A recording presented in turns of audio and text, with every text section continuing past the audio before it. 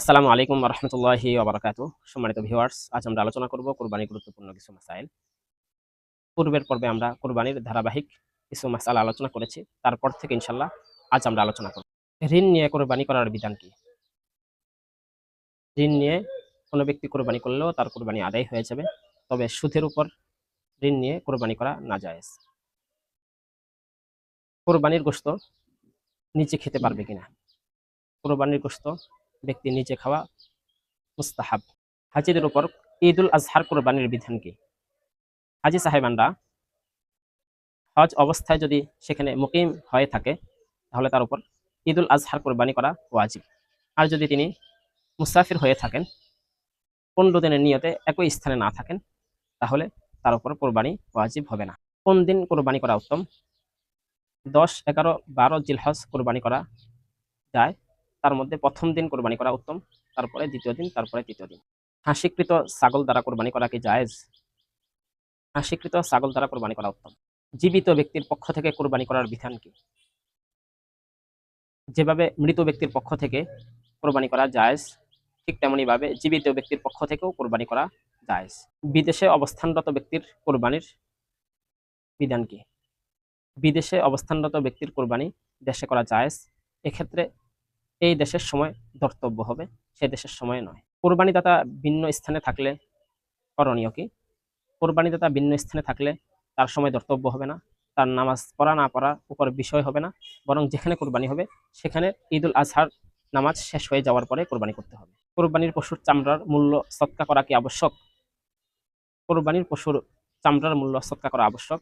নিজে খেতে পারবে না, তবে যদি বিক্রি না করে চামড়াটি নিজে ব্যবহার করে তাহলে সেক্ষেত্রে সেটা জায়েজ হবে তার জন্য। কোরবানির শেষ সময় মুসাফির থেকে কোনো ব্যক্তি মুকিম হলে তার উপর কি কোরবানি ওয়াজিব হবে? কোরবানির তৃতীয় দিনে মুসাফির থেকে যদি কোনো ব্যক্তি মুকিম হয়ে যায় তার উপর কোরবানি ওয়াজিব হবে। এর বিপরীত যদি কোনো ব্যক্তি কোরবানির প্রথম দিন অথবা দ্বিতীয় দিন মুকিম ছিল, তৃতীয় দিন মুসাফির হয়ে যায়, তাহলে তার উপর কোরবানি ওয়াজিব হবে না। এখানে আরেকটি মাসআলা হলো, যদি মুসাফির ব্যক্তি কোরবানির প্রথম দিনে কোরবানি করে ফেলে, দ্বিতীয় অথবা তৃতীয় দিনে সে তার নিজ বাড়িতে ফিরে আসে তথা মুকিম হয়ে যায়, তাহলে কি তার ওয়াজিব কোরবানি আদায় হবে? এক্ষেত্রে তার ওয়াজিব কোরবানি আদায় হয়ে যাবে, পুনরায় তাকে কোরবানি করতে হবে না। কোরবানির পশুতে ভিন্ন ইবাদতের উদ্দেশ্যে শরীক হলে কোরবানি বিশুদ্ধ হবে কিনা?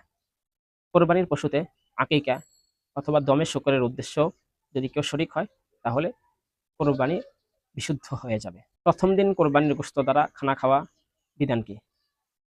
কোরবানির প্রথম দিন কোরবানির গোশত দিয়ে খানা শুরু করা মুস্তাহাব। তবে দ্বিতীয় এবং তৃতীয় দিনে কোরবানির গোশত দিয়া খানা খাওয়া মুস্তাহাব নয়। কোরবানির পশুর হাড় বিক্রি করার বিধান কি? কোরবানিদাতা তার কোরবানির পশুর হাড় নিজে বিক্রি করতে পারবে না, তবে যদি কেউ বিভিন্ন জায়গা থেকে কুড়িয়ে সেগুলা বিক্রি করে তাহলে সেক্ষেত্রে তার জন্য সেটি বৈধ হবে। রাতে কোরবানি করার বিধান কি? রাতে কোরবানি করা মাকরুহ, তবে যদি পর্যাপ্ত পরিমাণ আলো থাকে তাহলে কোরবানি করতে কোনো সমস্যা নেই।